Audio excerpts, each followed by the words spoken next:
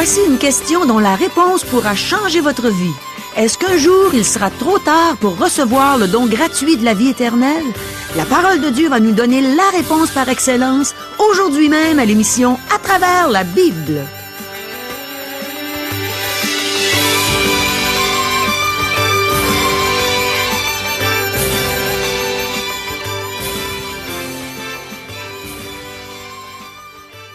Chers auditeurs, pour en savoir davantage sur le contenu de cette émission, vous pouvez contacter en tout temps Radio Espoir via Internet à www.radioespoir.ca ou par téléphone, sans frais, au 1-877-l'Espoir, 1-877-537-7647. Bonjour, ici Caro. On a plusieurs questions excellentes aujourd'hui à notre émission.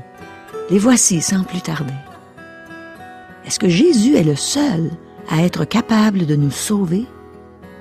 Comment Jésus peut-il être à la fois le berger des brebis et l'agneau de Dieu? Est-il aussi le grand et souverain berger? Qu'est-ce qui se produit dans notre vie quand on connaît Jésus? Est-ce que c'est volontairement que Jésus a donné sa vie pour nous? Jésus est-il réellement le Fils de Dieu? Y a-t-il un jour où il ne sera plus possible d'accepter Jésus comme sauveur? Quelle est la marque qui identifie les brebis du Seigneur Jésus? Est-ce qu'un croyant peut perdre son salut? Et selon vous, mes amis, qui est le Seigneur Jésus? Demeurez à l'écoute. Le pasteur Régent Joly est prêt à nous enseigner tout ce que la Bible dit en réponse à toutes nos questions. Mais premièrement, prions. Ô Seigneur, on te remercie d'être ce bon berger qui nous aime, qui prend soin de nous.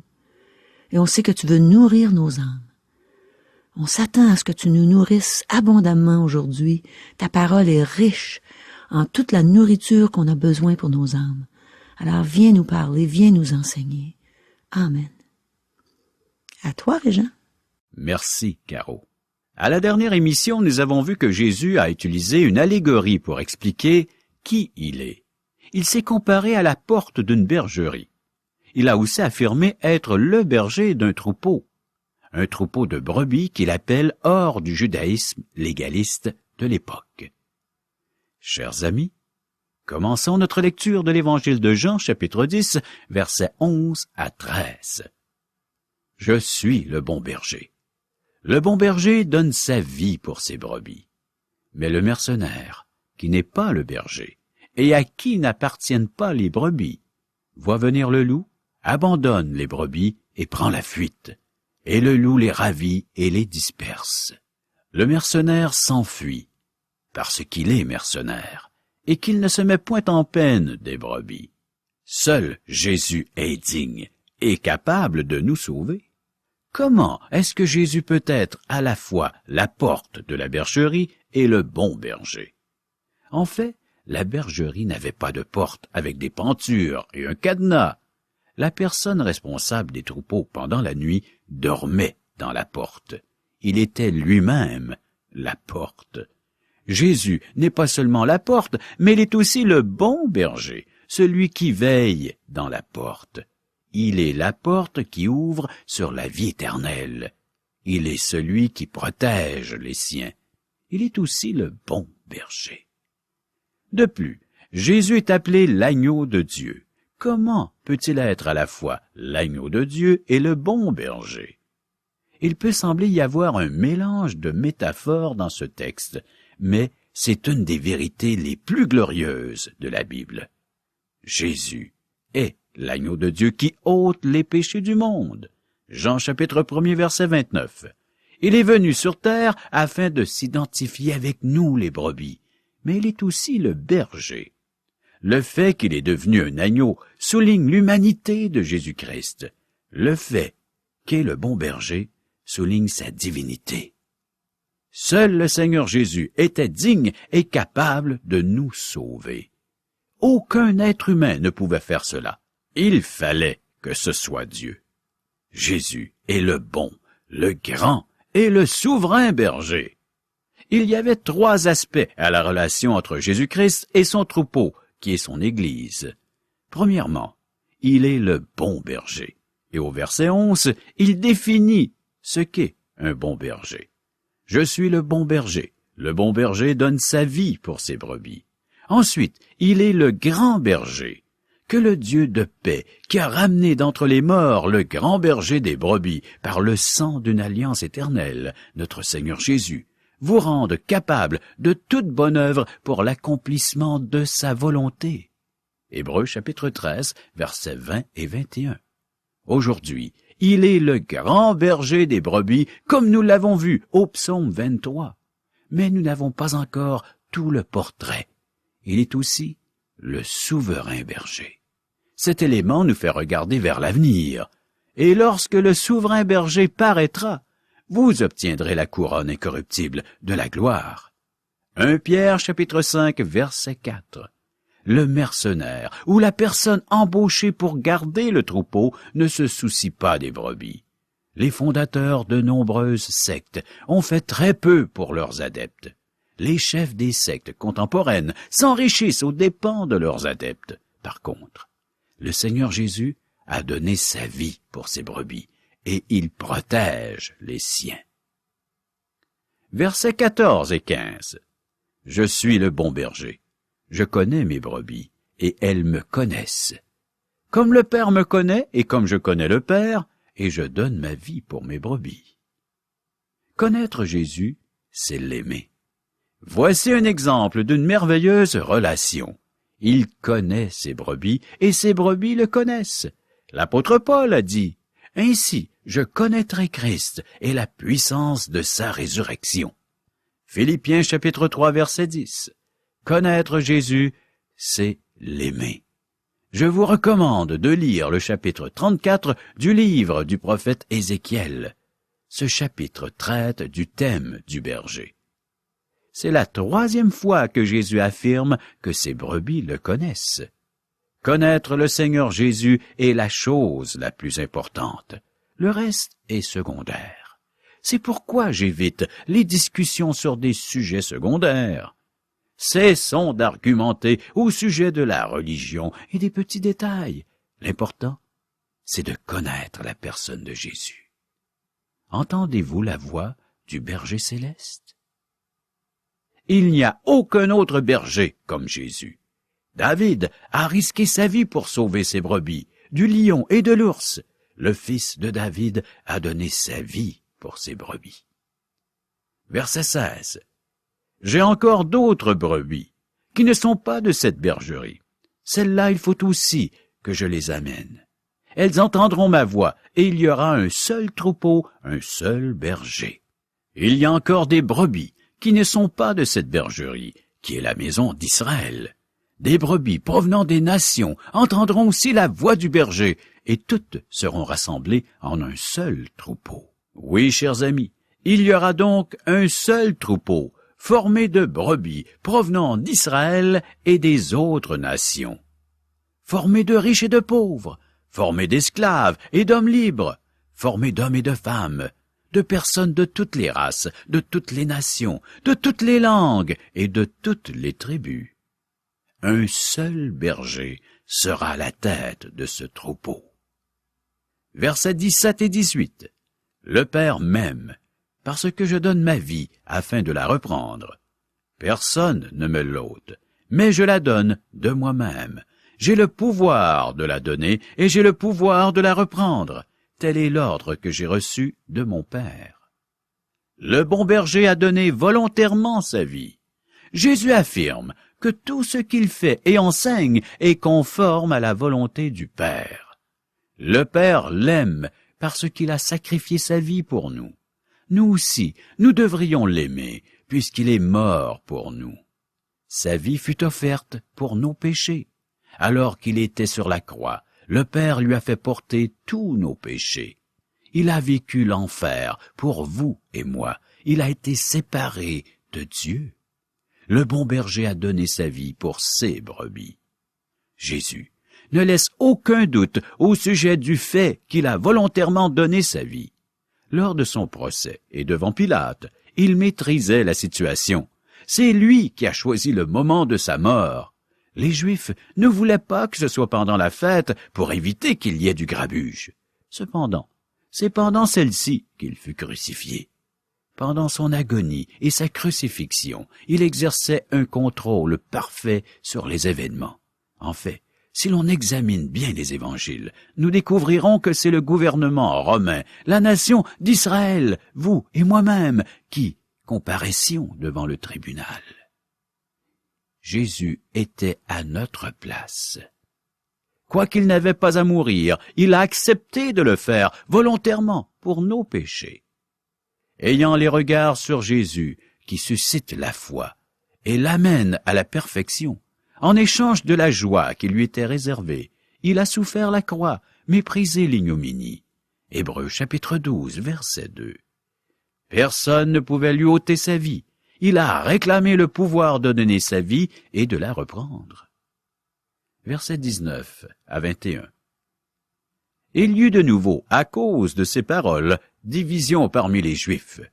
Plusieurs d'entre eux disaient, « Il a un démon, il est fou, pourquoi l'écoutez-vous » D'autres disaient, « Ce ne sont pas les paroles d'un démoniaque, un démon peut-il ouvrir les yeux des aveugles » Selon vous, Jésus est-il le Fils de Dieu? Les Juifs faisaient allusion à l'aveugle-né qu'avait guéri Jésus. La foule pensait qu'un démon n'aurait pas pu accomplir un tel exploit. Les Juifs étaient divisés à son sujet. Pourquoi? C'est très simple. Certains sont les brebis du Seigneur Jésus, les autres ne le sont pas. Les brebis de Jésus entendent sa voix alors que ce n'est pas le cas des autres. Cet état de choses n'a pas changé au cours des siècles. Soit que nous pensons que Jésus était un fou illuminé, soit que nous pensons qu'il est le sauveur du monde. Ou il a un démon, ou il est le Fils de Dieu. Ce partage entre deux camps a toujours subsisté au cours des siècles. Lorsque Paul a prêché à Athènes, certains ont cru, les autres non. Lorsque je prêche, certains croient, le reste demeure incrédule. Ce sera toujours ainsi. Verset 22. On célébrait à Jérusalem la fête de la dédicace. C'était l'hiver. La fête des tabernacles avait lieu à la fin du mois d'octobre. La fête de la dédicace avait lieu à la fin du mois de décembre. Donc, il y a un intervalle de 2 mois depuis les événements précédents. La fête de la dédicace fut célébrée la première fois en 167 avant Jésus-Christ, alors que Judas Maccabée a libéré le temple qui avait été souillé par Antioche Épiphane, un Syrien. La fête fut toujours célébrée depuis ce temps-là. La patience de Dieu a une limite. Le texte précise, c'était l'hiver. Jésus ne se préoccupait plus de la maison d'Israël et de son élite religieuse qu'il avait rejetée. Il enseignait ses disciples. Il n'a plus fait d'appel public à la repentance ou à venir à lui. Il est trop tard pour la moisson. L'agneau de Dieu se prépare pour la crucifixion, au cours de laquelle il mourra pour les péchés du monde.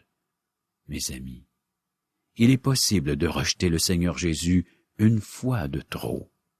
Ensuite, ce sera l'hiver. Un jour, nous ne pourrons plus témoigner. Si vous voulez faire quelque chose pour le Seigneur, c'est le temps. Si vous n'avez pas accepté le Seigneur Jésus, il y a aussi une saison d'hiver où il ne sera plus possible de le faire. Il peut y avoir un moment où ce ne sera plus possible d'être sauvé. Il sera trop tard. Si vous persistez dans votre refus d'accepter le Seigneur, la porte se fermera à toujours éventuellement. La moisson est passée, l'été fini, et nous ne sommes pas sauvés. Jérémie chapitre 8, verset 20. Chers amis, c'est encore le temps de demander à Jésus de vous sauver. Versets 23 et 24. Et Jésus se promenait dans le temple, sous le portique de Salomon. Les Juifs l'entourèrent et lui dirent, « Jusqu'à quand tiendras-tu notre esprit en suspens? Si tu es le Christ, dis-le-nous franchement. » Ce grand portique était celui des païens, de ceux qui n'appartenaient pas à la nation d'Israël. Le Seigneur n'entrait plus dans le temple. C'était l'hiver et il marchait dans le portique de Salomon. Jésus avait présenté ses références célestes et ceux qui l'ont reçu savaient qu'il était le Messie, le Christ. Rappelez-vous qu'André avait dit à son frère, « Nous avons trouvé le Messie !» Jean chapitre 1er verset 41. Nathanaël avait compris qui était Jésus. « Rabbi, tu es le Fils de Dieu, tu es le roi d'Israël. » Jean chapitre 1er verset 49. La femme samaritaine savait qui était Jésus, ainsi que les hommes de son village.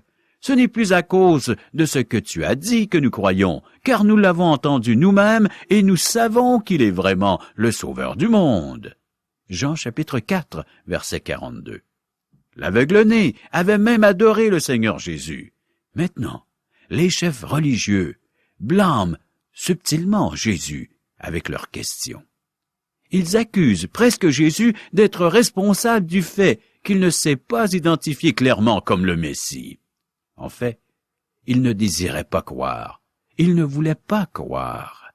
Jésus s'était affiché comme le Messie, et ceux qui avaient des oreilles ont entendu. C'est ce qu'il dit maintenant aux chefs religieux. Versets 25 et 26. Jésus leur répondit, « Je vous l'ai dit, et vous ne croyez pas. Les œuvres que je fais au nom de mon Père rendent témoignage de moi. Mais vous ne croyez pas, parce que vous n'êtes pas mes brebis. » Jésus leur dit que ces œuvres sont la preuve qu'il est le Messie. Il est un descendant de David, conformément à la prophétie. Il fut présenté par Jean-Baptiste. Aucun homme n'a enseigné comme lui. Personne n'a pu le convaincre de péché. Lorsque Jean-Baptiste lui a envoyé une délégation pour savoir s'il était le Messie ou s'il fallait en attendre un autre, Jésus a dit aux délégués d'informer Jean au sujet des miracles qu'il faisait. Ces miracles étaient une référence divine indiquant qu'il était le Messie. Son enseignement, sa vie et ses miracles prouvaient qui il était. Les chefs religieux avaient des cœurs incrédules. Le fait qu'ils ne croyaient pas indiquait qu'ils n'étaient pas ses brebis. Maintenant, examinons le côté positif. Versets 27 à 30. « Mes brebis entendent ma voix, je les connais, et elles me suivent. Je leur donne la vie éternelle, et elles ne périront jamais, et personne ne les ravira de ma main. Mon Père, qui me les a donnés, est plus grand que tous, et personne ne peut les ravir de la main de mon Père. Moi et le Père, nous sommes un. » Les brebis de Jésus-Christ entendent sa voix et elles le suivent. L'obéissance est la marque qui identifie les brebis du Seigneur Jésus. Voulez-vous déterminer si une personne est sauvée? Alors, examinez si elle est obéissante à son Sauveur. L'oreille qui entend et l'œil qui voit, c'est l'Éternel qui les a faits l'un et l'autre. Proverbe 20, verset 12. Le texte précise « Je les connais ». Cela me rassure que quelqu'un me connaisse. Pas vous? Il arrive que l'on ne me comprenne pas et que je doive expliquer mes actions et mes motifs. Cependant, je n'ai besoin de rien expliquer au Seigneur Jésus. Il sait si je me trouve des excuses. Il sait si je cherche un échappatoire. Il me comprend. Il sait tout. Le croyant ne peut pas perdre son salut. Le texte est précis et elles me suivent. Je crois à la sécurité éternelle du véritable croyant et à l'insécurité de l'hypocrite. Les brebis du Seigneur Jésus le suivent. Ce n'est pas plus compliqué que cela. Lorsque le berger appelait ses brebis le matin et que 100 brebis sur les 500 qui se trouvaient dans la bergerie le suivent dans les collines, alors il savait que ces 100 brebis lui appartenaient. Les 400 autres brebis ne lui appartenaient pas. Tout témoin de la scène arrivait à cette conclusion. Je leur donne la vie éternelle et elles ne périront jamais. Mes amis, lorsque le Seigneur donne la vie éternelle, cela signifie que la personne ne l'a pas méritée par des œuvres ou qu'elle ne l'a pas achetée avec de l'argent. Elle n'a pas travaillé pour l'obtenir. C'est un cadeau de Dieu. Cette vie est éternelle, donc elle durera à perpétuité et elle n'aura pas de fin. Si elle s'éteint à la fin de la semaine, ou dans un an, ou au prochain péché, alors ce n'est pas une vie éternelle. Si la vie n'est pas véritablement éternelle, les personnes n'étaient pas des brebis du Seigneur. Les brebis peuvent rencontrer de grands dangers, mais le berger les protège. Elles peuvent s'éloigner, mais le berger les trouvera et rassemblera tout son troupeau. Elles ne périront jamais. Elles peuvent retomber dans le péché et se refroidir, mais elles ne peuvent pas périr. Une brebis peut se retrouver dans une suie à cochon, mais elle n'y restera pas. Les brebis et les cochons ne vivent pas ensemble. Une brebis demeure toujours une brebis. Personne ne peut enlever une brebis de la main du Sauveur. Aucun ennemi, aucun homme, aucune créature peut enlever une brebis des mains du Seigneur. C'est merveilleux. Un jour, un homme m'a dit qu'une personne était un agent libre et qu'elle pouvait sauter hors de la main du Seigneur. Mais écoutez ce verset. En fait, il dit qu'aucun être créé ne pourra les ravir de sa main. Il est le berger, il est Dieu. Si vous pensez pouvoir sauter de sa main, le Père vous couvre de celle-ci, et vous êtes incapable de sauter. Dieu vous tient, et vous ne pouvez pas lui échapper. Personne n'est assez fort pour s'échapper des mains de Dieu. Lorsque je vous dis que le Seigneur m'a donné la vie éternelle et que je ne périrai jamais, vous pouvez m'accuser de me vanter. Cependant, ce n'est pas de la vantardise. Je ne me glorifie pas, mais je glorifie mon berger. J'ai un berger merveilleux. Il nous est dit, dans la parole, dans les Saintes Écritures, qu'il ne perdra pas une seule de ses brebis. S'il se met en marche avec un troupeau de 100 brebis, il n'arrivera pas à destination avec seulement 99 brebis. Si l'une se perd, il se mettra à sa recherche. Aucune ne se perdra. Dieu veut que ses brebis marchent et le suivent avec assurance. Finalement, le Seigneur Jésus affirme sa divinité en disant que le Père et lui sont un. Versets 31 à 33. Alors les Juifs prirent de nouveau des pierres pour le lapider. Jésus leur dit, « Je vous ai fait voir plusieurs bonnes œuvres venant de mon Père. Pour laquelle me lapidez-vous » Les Juifs lui répondirent, « Ce n'est point pour une bonne œuvre que nous te lapidons, mais pour un blasphème, et parce que toi, qui es homme, tu te fais Dieu. » Les Juifs comprenaient clairement que le Seigneur Jésus affirmait être Dieu. Ces miracles prouvaient la véracité de cette affirmation. Versets 34 à 42. Jésus leur répondit, « N'est-il pas écrit dans votre loi, j'ai dit, vous êtes des dieux?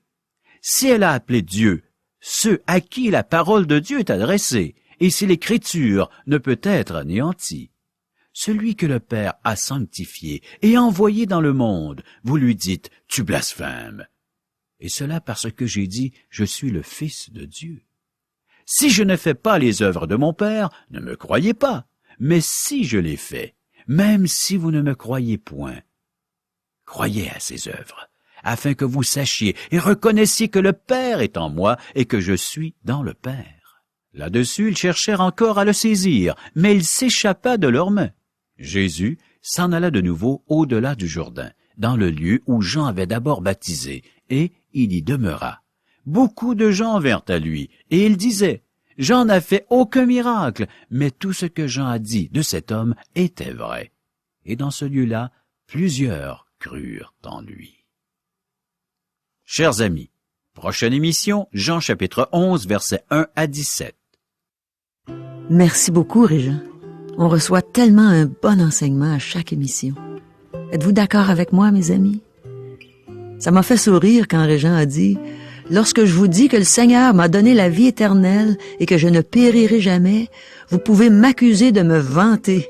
Cependant, ce n'est pas de la vantardise, je ne me glorifie pas, mais je glorifie mon berger. » La raison pour laquelle ça m'a fait sourire, c'est que souvent, quand je dis que je suis certaine que le jour où je vais mourir, j'irai tout droit au ciel, Il est évident que certaines personnes me trouvent prétentieuse. Mais si je disais le contraire, je serais une menteuse.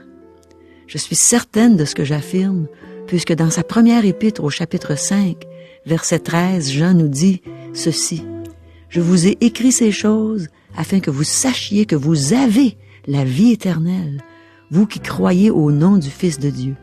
Eh bien, je sais que je crois au nom du Fils de Dieu, donc j'ai la vie éternelle. Et je suis certaine que quand je vais mourir, je vais aller au ciel. Et c'est ce que je souhaite à tous nos auditeurs.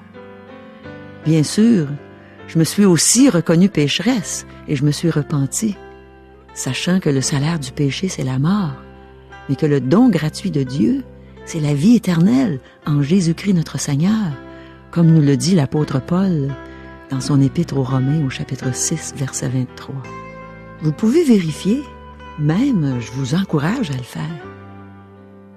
Dans la Bible, dans la parole de Dieu, si vous n'avez pas encore reçu le pardon de vos péchés, vous trouverez tout ce qu'il faut pour connaître l'amour de Dieu pour vous, pour connaître son plan merveilleux afin que vous receviez le don gratuit de la vie éternelle. Mon ami, qui que tu sois, le Seigneur veut devenir ton berger. Il veut que tu sois sa brebis. Il veut prendre soin de toi. Et non seulement sur cette terre, mais là-haut, dans son royaume, où il est en train de préparer une place pour tous ceux qu'il connaissent comme leur sauveur, comme leur Seigneur. Le bon berger t'appelle en ce moment. Ouvre la porte de ton cœur et laisse-le entrer. Repens-toi. Détourne-toi de ta vie de péché. Reconnais que tu es un pécheur perdu. Demande à Jésus de te sauver, de te donner la vie éternelle. Crois au Seigneur Jésus et tu seras sauvé. C'est la parole de Dieu qui le dit. Ce bon berger veut prendre soin de toi. J'ai vu, moi, dans ma vie, que j'essayais de prendre soin de moi-même et c'était un échec après un autre. Dans ma vie sentimentale, dans ma vie professionnelle. Et quand le bon berger a pris ma vie, quel soulagement! Mon fardeau est devenu léger. Comme il dit, ce bon berger, il dit, « Venez à moi, vous tous qui êtes fatigués et chargés, et je vous donnerai du repos. Prenez mon joug sur vous et recevez mes instructions, car je suis doux et humble de cœur, et vous trouverez du repos pour vos âmes. » Tu as besoin du bon berger. C'est lui qui va te donner du repos. C'est lui qui veut te donner la vie éternelle en plus. Il veut passer l'éternité avec toi. Il veut t'accueillir, te prendre dans ses bras. Chers amis, nous vous invitons à correspondre avec nous afin de recevoir un cours Parole par poste. Qu'est-ce qu'on apprend, Régent, dans des études bibliques par correspondance? Dans la série radiophonique à travers la Bible, on a vu au tout début de la série qu'il y avait différentes façons d'étudier la Bible. Celle-ci est par thème. Les gens pourront y découvrir le thème de l'amour, qui est Dieu, qui est la personne de Jésus-Christ, comment faire pour aller au ciel. Ça a vraiment l'air intéressant. Aimerais-tu nous en dire un peu plus long? Tous les thèmes, les grandes questions que les gens se posent, sont répondus à travers la Bible. Les gens n'ont qu'à nous demander le petit fascicule, quelques pages, et remplir le questionnaire. Alors on n'a pas besoin d'autres livres? La Bible. Uniquement la Bible et ce petit fascicule que l'on remplit, et on le renvoie à l'adresse qui sera inscrite sur ce petit fascicule. Pour en faire la correction, parce que les gens pourront suivre cette série. Ah, c'est pas compliqué. Très simple. J'ai vraiment le goût de m'inscrire. Et pour le faire, voici nos coordonnées au téléphone. 1-877-L'ESPOIR ou 1-877-537-7647. Et on a une adresse courriel. www.radioespoir.ca. Adresse postale. Radio Espoir, casier postal 34 143, Charlesbourg, Québec, G1G 6P2. Au revoir. À demain.